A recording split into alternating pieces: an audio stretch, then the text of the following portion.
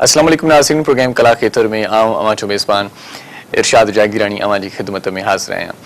मैं भी दोस्तों जीअं रब करीम हर इंसान के पंहिंजो नालो ॾिनो आहे, हर इंसान के पंहिंजी ज़ात ॾिनी आहे, बिल्कुलु ईअं ई हर इंसान के पंहिंजो हुनुर बि ॾिनो आहे, पंहिंजी ज़ात बि ॾिनी आहे। पोइ के माण्हू पंहिंजे नाले खे, पंहिंजी ज़ात खे, पंहिंजे हुनुर ऐं पंहिंजी ॾात खे अहिड़ो त इस्तेमालु कंदा आहिनि जो उहे तारीख़ में ॻणिया वेंदा आहिनि। तारीख़ में उन्हनि जो नालो अज़ ख़ुदि अची वेंदो आहे ऐं तारीख़ में पंहिंजो नालो ॻणाइणु का सवली ॻाल्हि न आहे। उनजे लाइ महिनत करणी पवंदी आहे, उनजे लाइ जाकूड़ करणी पवंदी आहे, उनजे लाइ पाण पतोड़णो पवंदो आहे, उनजे लाइ रातियुनि जो उजागा करणा पवंदा आहिनि, उनजे लाइ बुख बि काटणी पवंदी आहे, उनजे लाइ पंहिंजो सुकून ऐं चैन बि विञाइणो पवंदो आहे। उनखां पोइ का कामयाबी पलव पवंदी आहे। पर शर्त इहो आहे कामयाबीअ जे लाइ त तव्हां पंहिंजो पाण सां केतिरा कमिटेड आहियो, तव्हां पंहिंजो पाण सां केतिरा सचा आहियो।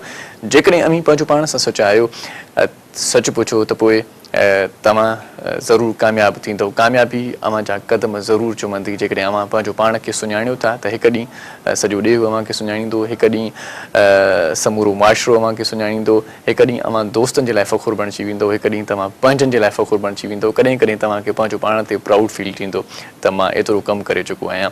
अॼु कला खेतर में जेका शख़्सियत असांजी महिमान आहे, सच पुछो त उनजो बि सिंधी अदब ते वॾो अहसान आहे। हिकिड़ो अहसान त इहो हू पाण लेखक बि आहिनि, तमामु घणा किताब उन्हनि लिखिया आहिनि ऐं ॿियो अहसान उन्हनि जो इहो बि आहे त उन्हनि सिंधी अदब खे ख़ासि तौर ते प्रोमोट कयो आहे ऐं तमामु घणनि नाले वारनि लेखकनि जूं नायाबु लिखणियूं उन्हनि छपायूं बि आहिनि। पाण जेको आहे सॼी सिंध जी सुञाण आहिनि ऐं पाण सिंधी का अकेडमी जा सरवाण बि आहिनि।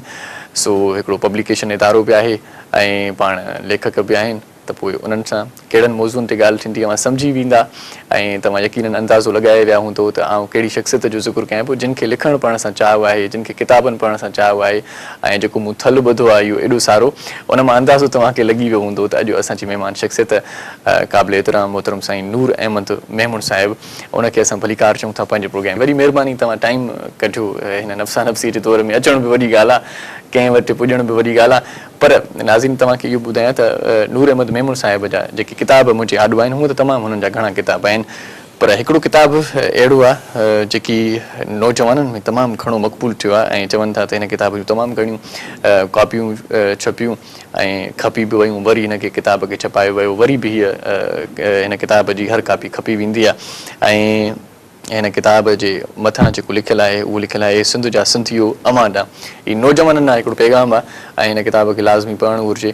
जेकॾहिं अवां किथे लाइब्रेरी में हिन किताब खे पढ़णु चाहियो था त उते बि शायदि अव्हांखे मिली वञे, न त सवलो तरीक़ो इहो आहे जो साईंअ जे किताबनि जा समूरा छापा आउं सम्झां थो त इंटरनेट ते बि अची विया आहिनि, ईअं न साईं। ऐं साईंअ जो ॿियो किताबु आहे माण्हू जो असुलु इम्तिहान ऐं माण्हू जे असुलु इम्तिहान में हिन में सच जी ॻाल्हि बि आहे, सखावत जी ॻाल्हि बि आहे, हिन में अमानत, चङाई, आजिज़ी, सब्र, पाण अर्पणु ऐं अलाए जे कहिड़ा कहिड़ा मौज़ू आहिनि। हीअ किताब बि पढ़णु वटां आहे ऐं कुझु सिखणु वटां आहे। उनखां पोइ साईंअ जो जेको किताबु आहे उहो आहे फ़िक्री तहरीरुनि ते मबनी, फ़िक्री तहरीरूं ऐं उनजो मुरतिब आहे सेड़ींदड़ साईं नूर अहमद मेमून साहिबु आहे। ऐं साईं जो जेको ॿियो किताबु आहे उन किताब जो नालो आहे क़दीम सिंध जी तारीख़। असां वटि थींदो अक्सर ईअं आहे जो असांजा नौजवान सिंध जी तारीख़ पढ़णु चाहींदा आहिनि पर उन्हनि खे कोई जोॻो किताबु न मिलंदो आहे, उन्हनि खे को मुनासिबु किताबु पढ़ण जे लाइ न मिली सघंदो आहे। पोइ पुछा बि कंदा आहिनि त कहिड़ो किताबु पढ़िजे सिंध जी तारीख़ जे हवाले सां ऐं उन्हनि जे लाइ हीअ किताबु यकीन फ़ाइदेमंद हूंदो, क़दीम सिंध जी तारीख़। ऐं हिन किताब खे बि साईं नूर अहमद मेमून साहिबु सेड़ियो आहे, तमामु घणो काराइतो किताबु आहे। जेकॾहिं अव्हां वटि हुजे त, जेकॾहिं न आहे त यकीन हिन किताब जो मुतालियो करणु लाज़मी आहे। ऐं उनखां पोइ जेको किताबु आउं पंहिंजे हथनि में खणी अव्हांखे ॾेखारण वारो आहियां उन किताब जो नालो आहे शाह लतीफ़ वटि इश्क जा 10 उसूल। मौज़ू ॾाढो सुठो आहे न इहो इश्क वारो। अव्हां यकीनन हिन वक़्तु मुरकिया हूंदा मुंहिंजी हिन ॻाल्हि ते। शाह लतीफ़ जा इश्क बाबति 10 उसूल आहिनि ऐं इन खां अलावा बि तमामु घणा किताब साईं जिन मुरतब बि कया आहिनि, सेड़ींदड़ बि आहिनि, तमामु घणनि सुठनि राइटरनि जा पाण किताब छपाईंदा बि रहिया आहिनि सिंधी का अकेडमी तरफ़ां। मौज़ू तमामु घणा आहिनि साईंअ सां ॻाल्हाइण जा। हिकु त पब्लिकेशन जो मौज़ू बि अची वञे थो ऐं ॿियो साईंअ जे लिखण जे हवाले सां बि ॻाल्हि अची वञे थी। पर जीअं मूं ज़िक्र कयो त ॻाल्हि आहे इश्क जी, त पोइ नूर अहमद साहिबु दिलि चवे थी त अॼु शुरूआति भला इश्क खां कजे। ऐं इश्क जे हवाले सां हर माण्हू वटि पंहिंजो उसूल आहे, हर माण्हू पंहिंजे पंहिंजे लेखे इश्क करे बि थो, हर माण्हू इश्क सां निभाए बि थो, हर माण्हू जो पंहिंजे निभाउ जो तरीक़ो बि आहे। सो इन हवाले सां जेके शाह लतीफ़ जा तव्हां 10 उसूल ॿुधाया आहिनि, थोरो थोरो जेकॾहिं उन्हनि ते रोशनी विझूं, छा ख़्यालु आहे? इश्क बुनियादी तौर ते ज़िंदगी आहे ऐं शाह लतीफ़ उन हवाले सां इंसान जी ज़िंदगीअ खे जेको आहे उहो फोकस कयो आहे। इन करे असां सोचियोसीं त नए नसुल खे, अॼु जे नौजवान खे शाह लतीफ़ जो इंट्रोडक्शन जो आगाज़ जेको आहे उहो इश्क सां कराइजे। सही सही। शाह लतीफ़ सां असांजे नौजवान नसुल जो रिश्तो जेको आहे उहो असां महसूसु कयो, मूं महसूसु कयो त इहो कमज़ोर थींदो थो वञे पियो। इन करे उनखे नए डिसिप्लिन सां, एकेडमिक डिसिप्लिन सां जेको आहे उहो शाह लतीफ़ खे पेश कंदासूं त नए नसुल जे लाइ सम्झण में बि आसानी थींदी ऐं उनखे उन शाह लतीफ़ मां इंस्पायर थियण उन जे लाइ आसान थींदो। सही। अच्छा, मूं ॾिठो आहे त नौजवान जो इन करे बि रुझान घटि आहे शाह लतीफ़ ॾांहुं, छो त उन्हनि जी शाइरी पढ़णु ॾाढो ॾुखियो कमु आहे ऐं उनखे सवलाईअ सां नौजवान नथा पढ़ी सघनि। हाणे थिए ईअं थो त शाह साईंअ जे जेके शेरनि जो तर्जुमो बि थियो आहे या शाह साईंअ जे बारे में जेके लिखणियूं आउं बि पढ़ंदो रहंदो आहियां, उहे लिखणियूं बि वरी तर्जुमे में बि ॾुखियूं आहिनि। पोइ तव्हां जेके इश्क जा उसूल 10 ॿुधाया आहिनि शाह साईंअ जे बारे में, चाहे उहे सवली सिंधीअ में आहिनि, आम नौजवान बि पढ़ी सघे थो जंहिंजो ज़हनी सतह जंहिंजी एतिरी मज़बूत न आहे। जी, मूं इहो ई अर्ज़ु कयो पए त शाह खे असां जेकॾहिं ज़िंदगीअ जो शाइर सम्झूं था पिया त शाह हर दौर में, हर दौर जे माण्हुनि जे लाइ सम्झण जोॻो आहे। सही। ॿोली जेका आहे उन ॿोलीअ में गेप आहे, पर उन ॿोलीअ खे जेकॾहिं अव्हां पंहिंजे इंसानी मसइलनि जे हवाले सां सम्झण जी कोशिशि कंदव त उहा ॿोली बि आसान थी वञे। सही सही। इन करे असां जीअं ही किताब आहे शाह लतीफ़ वटि इश्क जा 10 उसूल, असांजो नौजवान जेको आहे उहो इश्क जे बारे में रजनीश ओशो खे पढ़े पियो, इश्क जे बारे में रूमीअ खे पढ़े पियो, इश्क जे बारे में हाफ़िज़ खे पढ़े पियो, इश्क जे बारे में ॿिया जेके लेखक आहिनि, खोड़ वेस्ट जा लेखक आहिनि, उहा नौजवान जी जेका दिलचस्पी ॿियनि राइटरनि में हुई, असां चयोसीं त उहा शाह लतीफ़ में पैदा करायूं। सही सही। नौजवान जे लाइ उते जेको आहे उहा इंस्पायरेशन थिए। इन जे करे उन जे हवाले सां लिखियो वियो जेको माण्हू बि शाह लतीफ़ ते ज़िंदगीअ जे मसइलनि, बुनियादी मसइलनि जे हवाले सां लिखंदो, माण्हूअ जा जेके बि नफ़्सी मसइला आहिनि, माण्हूअ जा जेके बि तबई मसइला आहिनि, माण्हूअ जा जेके बि इल्मी मसइला आहिनि, उन जा समाजियाती मसइला आहिनि, उन जा नफ़्सियाती मसइला आहिनि, उन्हनि सभिनी जी जेको आहे उहा रहनुमाई शाह लतीफ़ वटि मौजूदु आहे। शाह लतीफ़ छाकाणि त हिकिड़ो यूनिवर्सल शाइर आहे, जेको बि आफ़ाक़ी शाइर हूंदो आहे, यूनिवर्सल शाइर हूंदो आहे, त उन जी आफ़ाक़ियत माण्हुनि जे लाइ उन में वॾी विशालता हुजे थी पई मौज़ूअनि जी। इन करे जेकॾहिं असां नवनि मौज़ूअनि जे हवाले सां नौजवाननि खे पढ़ायूं, मौजूदा दौर जे इंसाननि खे पढ़ायूं त हिकिड़ी वॾी रग़बत पैदा थींदी। हीउ हिकिड़ो मौज़ू आहे शाह लतीफ़ वटि इश्क जा उसूल, अहिड़ा खोड़ मौज़ू आहिनि। शाह लतीफ़ वटि कामयाबीअ जा 10 उसूल, शाह लतीफ़ वटि ख़ुशीअ जा 10 उसूल, शाह लतीफ़ वटि तरबियत जा 10 उसूल, शाह वटो जेको आहे उहो कढी सघिजे थो पियो, उहो असांखे एक्सप्लोर करणो पवंदो। इहो असां वटि तव्हां ॻाल्हि कई त इहे सभई ॻाल्हियूं पंहिंजी जाइ ते त उसूल ज़िंदगी गुज़ारण जा बि, सलीक़े जा बि, ख़ुशीअ जा बि, गम जा बि, कामयाबीअ जा बि, जेकी तव्हां ॻाल्हियूं, पर सभिनी खां वधीक तव्हां भला इहो मौज़ू छो चूंडियो भला त इश्क जा 10 उसूल? भला इहो आगाज़ आहे। अच्छा। ऐं इहो बुनियाद आहे। मतलब मौज़ू आहिनि, जेके बि मौज़ू आहिनि उहो वरी इन जी तशरीह आहिनि। अच्छा। हा, इश्क बुनियादी तौर ते जेको आहे उहो शाह लतीफ़ वटि इश्क कमिटमेंट आहे, इश्क डिवोशन आहे, फिदायत आहे, वाबिस्तगी आहे, वारिफ़तगी आहे। त उहा बुनियादी तौर ते माण्हूअ जे अंदरि जेसिताईं पैदा नथी थिए तेसिताईं हुन जे लाइ कामयाबी बि महाल आहे, तेसिताईं हुन जे लाइ ख़ुशी बि महाल आहे, तेसिताईं हुन जे लाइ तरबियत बि महाल आहे। उन्हनि सभिनी शयुनि जो बुनियाद जेको आहे उहो इश्क आहे। जेसिताईं माण्हूअ में उहा इश्क पैदा नथो थिए, उहा कमिटमेंट ऐं उहो डिवोशन पैदा नथो थिए, तेसिताईं माण्हू कंहिं बि शोबे में अॻिते हली कोन थो सघे।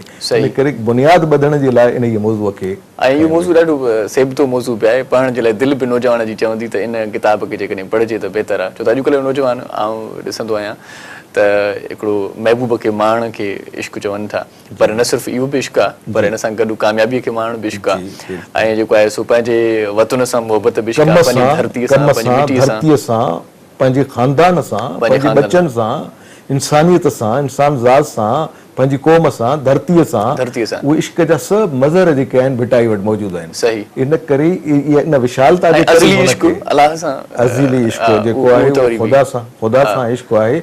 ऐं ख़ुदा सां इश्क, शाह लतीफ़ जो कमाल इहो आहे त हुन ख़ुदा सां इश्क खे इंसान सां इश्क खे जोड़े छॾियो आहे। उहो अहिड़ो जोड़े छॾियो अथईं जीअं ज़ंजीरनि जा कड़ा जेके आहिनि उहे जुड़ियल हूंदा आहिनि, हिक ॿिए खां अलॻि न थींदा आहिनि।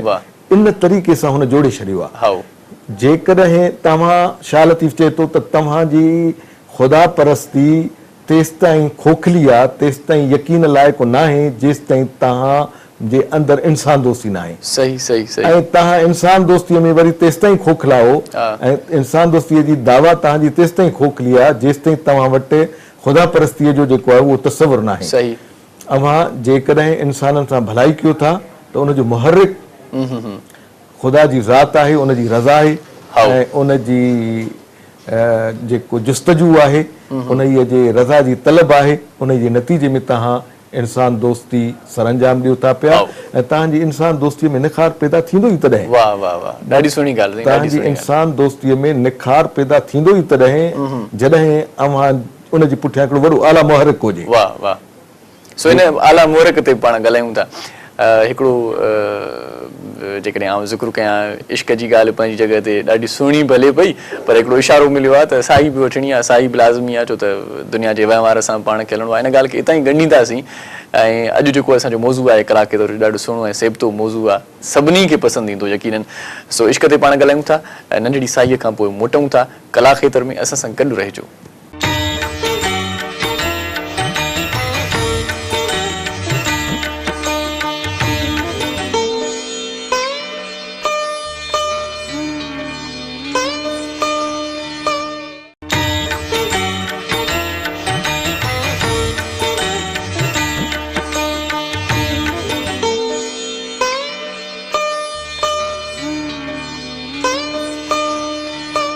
कला खेत्र में हिकु भेरो वरी अव्हांखे भलीकार चऊं था। ऐं कला खेत्र में अॼु जेका महिमान शख़्सियत आहे तमामु घणनि सिफ़ात जी मालिक आहे, उन में गुण तमामु घणा आहिनि।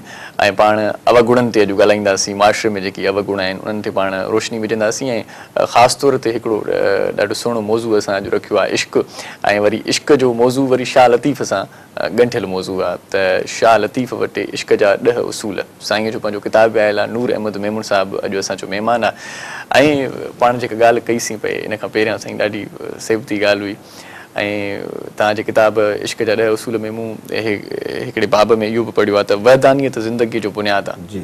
ऐं इन ते थोरी रोशनी विझो त इहो आहे छा, ऐं वहदानियत पसंदि माण्हू कीअं ख़ुदा जी सिफ़ात खे बयानु कनि था, कीअं ख़ुदा जी मोहबत में गिरफ़्तार थियनि था। जीअं शाह साहब फरमायो त वहदहू ला शरीक लहू, ही हिकिड़ा ई हक़, ॿियाईअ खे बख, जिन विधो से वरसिया।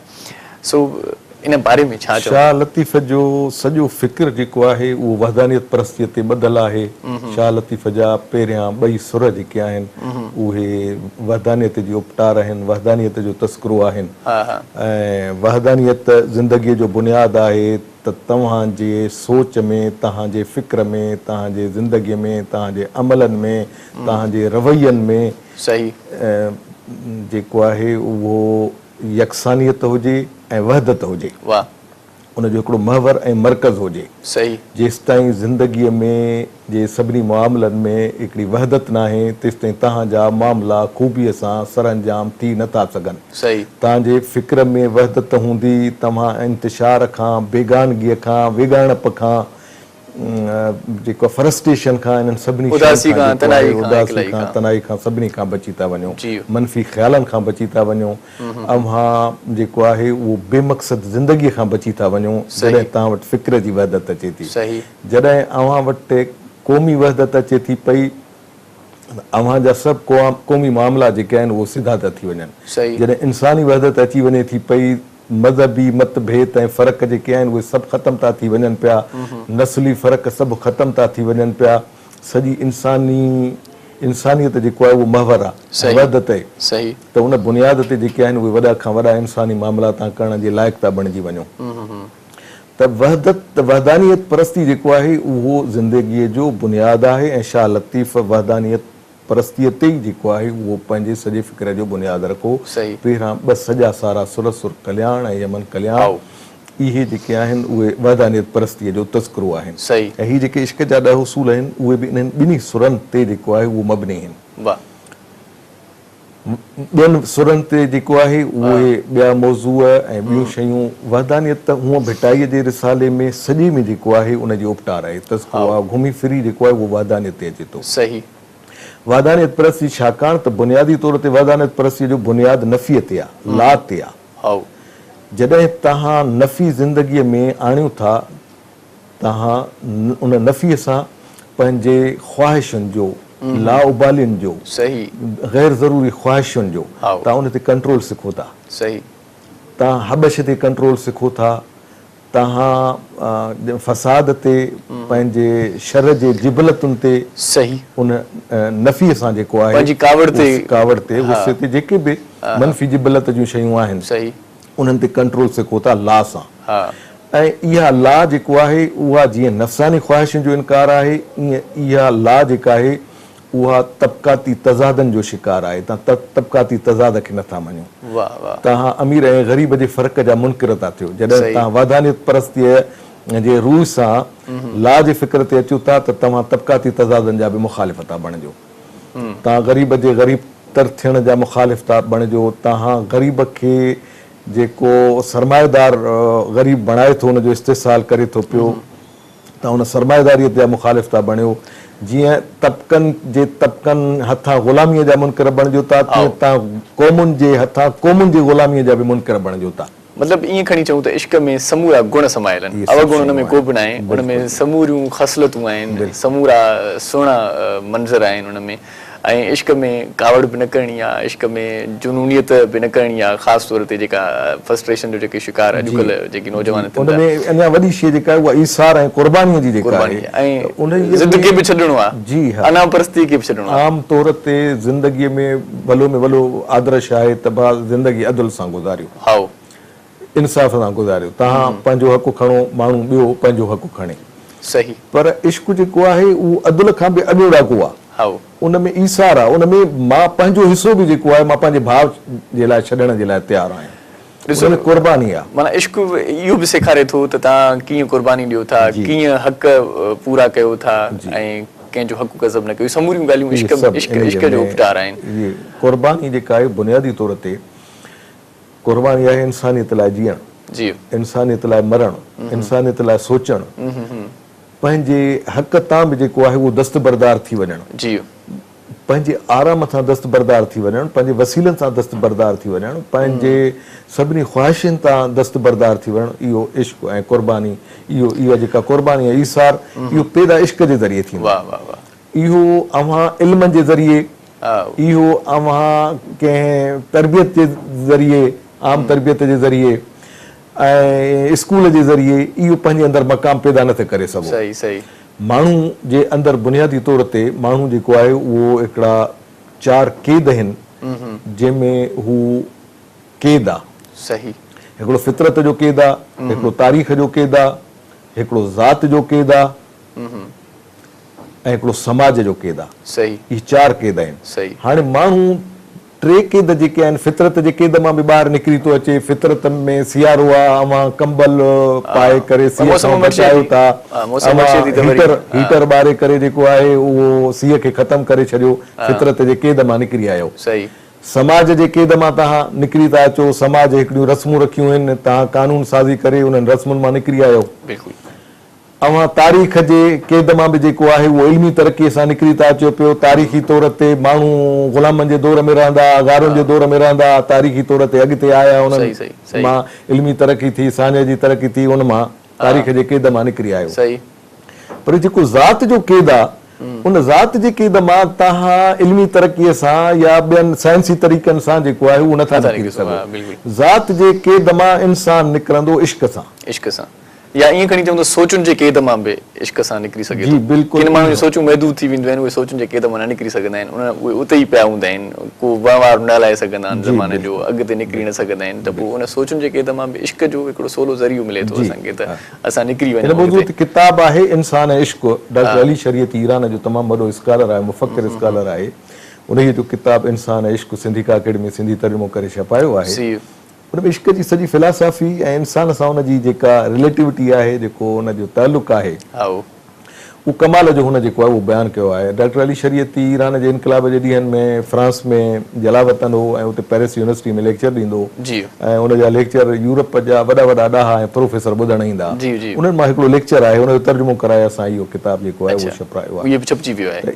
इहो इश्क जे मौज़ूअ खे सम्झण जे लाइ हिकिड़ो कमाल जो किताबु आहे। ऐं शाह लतीफ़ त जेको आहे उहो सभिनी जो उस्ताद मुफ़क्किर आहे, रहनुमा मुफ़क्किर आहे। शाह लतीफ़ वटि वरी जेको इश्क जो विशाल तसवुरु आहे उहो सभिनी खां उत्तम आहे। मतिलबु चवण जो इहो आहे त आशिक़ जेको थिए थो या इश्क जेको करे थो उहो न्याज़ निवड़त बि सिखे थो, उहो ॿाहूं ॿुधण वारी वाट बि सिखे थो ऐं उनखे ग़म ऐं गुस्से जी कैफ़ियत में बि पंहिंजो पाण ते कंट्रोल रहंदो आहे ऐं अनापरस्तीअ खां पासीरो थींदो आहे। ऐं मूं त ॿुधो आहे त इश्क में महबूब जीअं चवे त बिस्मिल्लाह करणी आहे। भेटाई वटि जेको आहे न, ॾिसो न, भेटाई वटि तसव्वुफ़ जो इहो आम सूफ़ियाणो जेको आहे उहो भई तव्हां नारंगी कपिड़ो जेको आहे उहो ॻिचीअ में विझी अल्फी ॻिचीअ में विझी करे ऐं तव्हां सूफ़ी थी वञो, भेटाईअ वटि तसव्वुफ़ जो इहो तसवुरु न आहे। भेटाईअ वटि इश्क जो बि इहो तसवुरु न आहे त तव्हां जेको आहे उहो हथ ॿधी न्याज़बंदीअ सां सभिनी छड़ो मिलो था पिया। ॿुधोसीं, ज़िंदगी माण्हूअ जे शख़्सियत जे अंदरि इज्ज़ ऐं न्याज़ इहो पैदा करणु भेटाईअ वटि बदर जे उत्तम मौजूदु आहे पंहिंजी जाइ ते, पर इश्क ओसि ताईं महदूद न आहे। उहो इश्क जो हिकिड़ो जुज़ भेटाई वटि आहे, पर इश्क जा जेके आहिनि, जेके लवाज़मात आहिनि, उन्हनि जो आगाज़ जेको आहे उहो इसार ऐं क़ुर्बानी खां आहे। सही सही, इसार ऐं क़ुर्बानी न आहे पंहिंजे धरतीअ लाइ, पंहिंजे माण्हुनि लाइ, पंहिंजे ख़ानदान लाइ, पंहिंजे क़ौम वारनि जे लाइ, पंहिंजे पाड़ेसरनि जे लाइ, जेके हैफ़्सनात आहिनि उन्हनि जे लाइ, जेकॾहिं माण्हू पाण जेको आहे हूंद वारो आहे त जेके अणहूंद वारा आहिनि उन्हनि जे लाइ इसार ऐं क़ुर्बानी न आहे। इहे शयूं न आहिनि त इश्क जो को बि मिनहाज, इश्क जो को बि मंज़िल ऐं मर्तबो माण्हू खे हासिलु नथो। सही, इहे त क़ुर्बानियूं जेकी तव्हां ॻणायूं, पर जेकॾहिं आउं ईअं चवां त सुकून जी क़ुर्बानी बि माण्हू ॾे, निंड जी क़ुर्बानी बि माण्हू ॾे, पंहिंजो चैन बि विञाए, पंहिंजो करार बि विञाए, इहे बि क़ुर्बानियूं हिन में शामिलु थी वञनि। मुंहिंजे ख़्याल में इहे शामिलु थी वञनि थियूं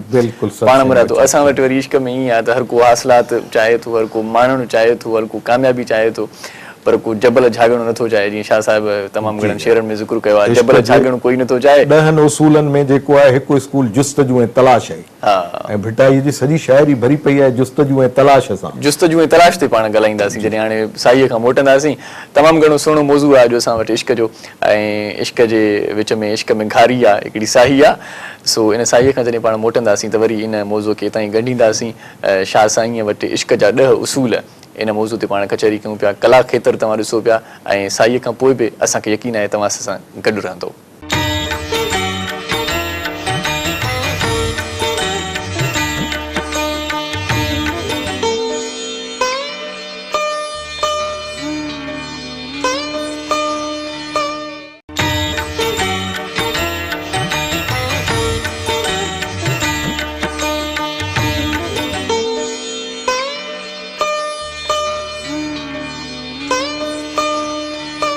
कला खेत्र में वरी अव्हांखे भलीकार चऊं था, ऐं भलीकार चवण सां गॾो गॾु अव्हांखे ॿुधाईंदा हलूं त पाण अॼु जंहिं महिमान शख़्सियत खे हिते सॾायो आहे उनखे गुज़ारिश कई आहे, ऐं उहा असांजी कोठ ते हिते असांजे प्रोग्राम में असां सां गॾु बि आहे साईं नूर अहमद मेमून साहिबु।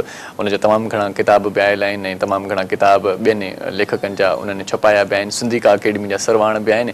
हिकिड़ो मौज़ू इहो बि हुयो त असां पब्लिकेशन ते ॻाल्हायूं आहे, पर पब्लिकेशन जे मौज़ू ते कंहिं ॿिए भेरे ॻाल्हाईंदासीं। पर हिकिड़ो किताबु साईं जो आहे त इश्क जा 10 उसूल शाह लतीफ़ वटि, उन ते अॼु पाण ॻाल्हायूं पिया। ऐं हिकिड़ी सुहिणी गुफ़्तगू जिते छॾी हुईसीं, जंहिं ॻाल्हि खे छॾियो हुसीं उतां ई ॻंढींदासीं। नूर अहमद साहिबु जीअं तव्हां फरमायो पिए त शाह साईं वटि जेको उसूल हिकिड़ो ॿुधायो तव्हां त तलाश ऐं जुस्तजू। सो असां वटि थिए ईअं थो त उन बुख कोई नथो बासे, हर को चवे थो त मंज़िल चलती मिले, बसि असां वञी करे रसूं पंहिंजे राणे वटि। बाक़ी उन बुख जबल झागणो ओजागा करणो केदु कटणु इहो कोई नथो चाहे। इन ते शाह साहिब जीअं फरमायो त जुस्तजू जो जहान आहे। जुस्तजू जो जहान आहे। शाह लतीफ़ तलाश ऐं जुस्तजू ते 5 सुर जेके आहिनि सरजिया आहिनि। हाओ सुर ससुईअ जा 5 सुर जेके आहिनि, इहे 5 जो 5 सुर तलाश ऐं जुस्तजू ते आहिनि। शाह साईं असांजे सिंधी क़ौम जो छाकाणि त वॾो नबाज़ हो, वॾो हिकिड़ो सोशल रिफॉर्मर हो, ऐं हुन सिंधी माण्हुनि खे ज़िंदगी जे हुस्नाकियुनि खां आगाह करण वारो रिफॉर्मर जी जी त शाह लतीफ़ जॾहिं इहो महसूसु कयो त माण्हुनि में तलाश ऐं जुस्तजू जी जेको आहे उहा कमी आहे ऐं इश्क जो बुनियादु आहे इन जे करे उन ते 5 सुर हुन लिखिया। ॻोल्हियां ॻोल्हियां मल्हा शाल मिला मां हो त तव्हां सरस सही जा हिकु हिकु सुर जेको आहे उहे तव्हां पढ़ी ॾिसो त उहो तलाश ऐं जुस्तजू सां भरियल आहे। शाह इन्हनि सभिनी सुरनि में बुनियादी तौर ते माण्हू जे अंदरि इहो मलको ऐं इहा ख़ूबी पैदा करणु पए घुरी त माण्हू मुयसर हालतुनि ते इक्तिफ़ा न करे, उहो हमेशह जुस्तजू ऐं तलाश में हुजे। भला भलीअ जो शइ ई कोन्हे, उहो भले खां भले जे तलाश में। जेकॾहिं माण्हूअ वटि मज़हब आहे त उन में बि भलनि खां भलनि तस्वरनि जी तलाश में हुजे। जेकॾहिं माण्हूअ वटि आला इंसानी आदर्श आहिनि उन जे लाइ बि जेके भले खां भला मयार आहिनि उन जा सॼी दुनिया में, छो त विज़डम ऐं ताहप उहो सॼी इंसानियत जो विरसो आहे। हज़रत मोहम्मद चयो त हिकमत मोमिन जो विञायल विरसो आहे, जितां मिले उतां हासिल कयो। त शाह लतीफ़ जेको आहे उहो उन इहा हिकमत ऐं विज़डम जी तलाश जे लाइ जेको आहे उहो ॾाढो 5 सुरनि में जेको आहे उहो माण्हूअ खे उन तरफ़ तवजो शिकायो आहे त अव्हां जेकॾहिं आला इंसानी आदर्शनि जी तलाश में आहियो तॾहिं बि भले खां भलनि आदर्शनि जी तलाश में हुजो, उहो तव्हांजो सफ़र ख़तमु न थिए। जेतिरी तव्हांखे हासिलात थी आहे उते तव्हां इक्तिफ़ा न कयो, उन खां अॻिते हलो।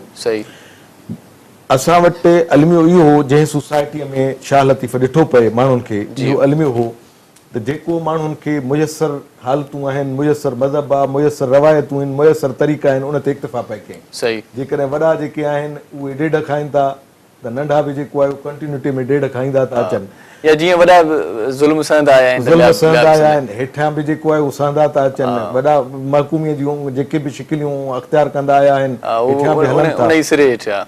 भिटाई जेको आहे उहो चए पियो न इन ते न इन खे मटायो, इन जे लाइ ॻोल्हा कयो, तलाश कयो, इन खां वधीक बहितर सिचुएशन खे जेको आहे उहो तलाश कयो ऐं उन जे लाइ केतिरियूं तकलीफ़ूं सहणियूं पवनि ऐं उहे तकलीफ़ुनि सहण जो जेको पहिरायो भिटाई ससूईअ जे अलामती इज़हार में अलामती शिकिल में जेको भिटाई ॿुधायो आहे उहो जेको बि भिटाई खे पढ़े थो उनखे मालूम आहे त शाह लतीफ़ जेको आहे उहो माण्हूअ खे बदिलाइणु घुरे पियो। माण्हू बदिलजे ऐं अॻिते हले।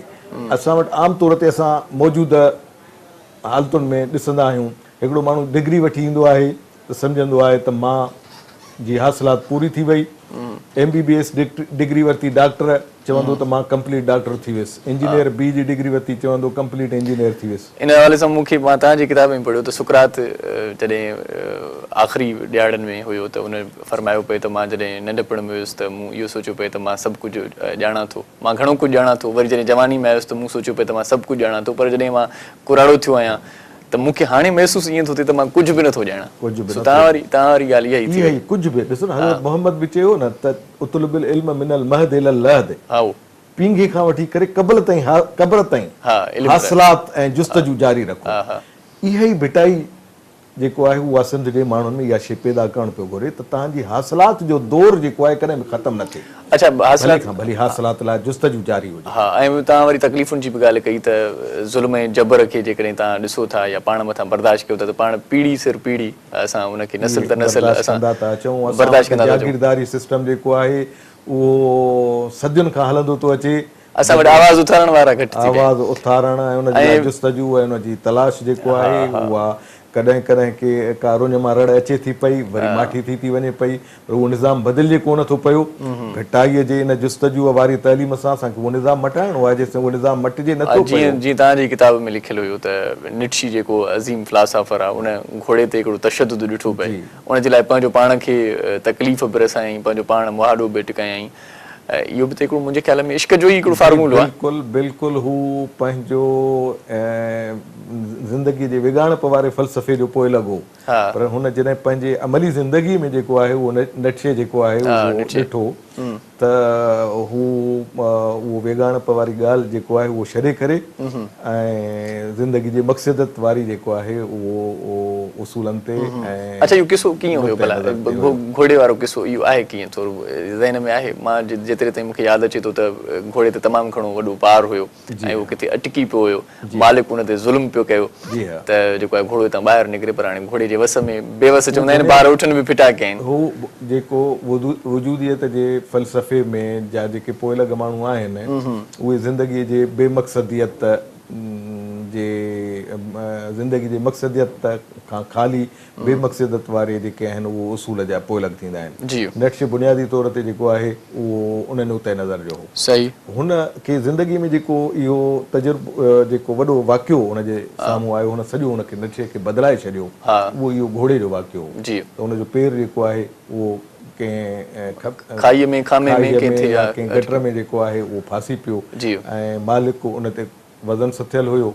मालिक उन ते जेको आहे उहो ज़ुल्म ऐं तशद्दुद करे, बजाए इहो सोचण जे त जेकॾहिं वज़न लाहिजे त उहो घोड़े खे बि सुरत मिलंदी, थोरो उन जे बजाए जेको आहे उहो उन ते ज़ुल्म करे रहियो। पंहिंजे मक़सद जी ॻाल्हि उनखे ज़हन में हुई। उन ते हुन में जेको आहे उहा चेंजिंग आई ऐं उन ते एहतिजाज कयो ऐं उनखे जेको आहे उहो किसो जेको आहे उन जे घोड़े जे ज़ुल्म खे ख़तमु कराइण जी जेका आहे उहा उन सां ॻाल्हि। घोड़े जो मालिक निश्चय पाण में अटकी बि पिया हुया इन मामले ते। हा, त उन खां पोइ हुन में यकदमि इन ई वाक़ई जेको आहे हिकिड़ी वॾी तब्दीली आंदी ऐं पोइ हुन पंहिंजा उसूल ऐं नज़रिया जेके आहिनि उहे उन इश्क ऐं ज़िंदगीअ जे मक़सदियत ऐं इन्हनि उसूलनि ते जेको आहे उहो वरी सॾे करे पोइ अॻिते पंहिंजे तहरीरुनि में इन्हनि ॻाल्हियुनि खे जेको आहे उहो सही सही। अच्छा नूर अहमद साहिबु, अॼुकल्ह जो जेको नौजवान आहे, जीअं तव्हां चयो पिया त शाह साहिब खे पढ़ण जो हिकिड़ो सवलो तरीक़ो असां ॾियूं पिया, सवली सिंधीअ में किताब बि छपजनि पिया, उनजे फ़िक्र खे असां अॻिते बि आणियूं पिया, पर तंहिं हूंदे बि तमामु घणा किताब अची विया आहिनि हिन वक़्त ताईं। मां सम्झां थो त शाह साईंअ ते तमामु घणो कमु थियो आहे, अञा कमु करण जी ज़रूरत बि आहे, पर पोइ बि इहे किताब पढ़ण खां पोइ, लाभ माणण खां पोइ बि अॼुकल्ह जो जेको नौजवान आहे उहो इश्क जे मामले में सिर्फ़ु हासिलात खे ई, मक़सद खे ई सभु कुझु सम्झे थो ऐं मक़सद ई उनजे वात में इहा ई वाई आहे त मक़सदु मिले, कामयाबी मिले। पोइ उनजे लाइ करणु छा घुरिजे? शाह साहिब खे पढ़ण खां पोइ बि जेकॾहिं इहो हाल हुजे त पोइ छा कजे?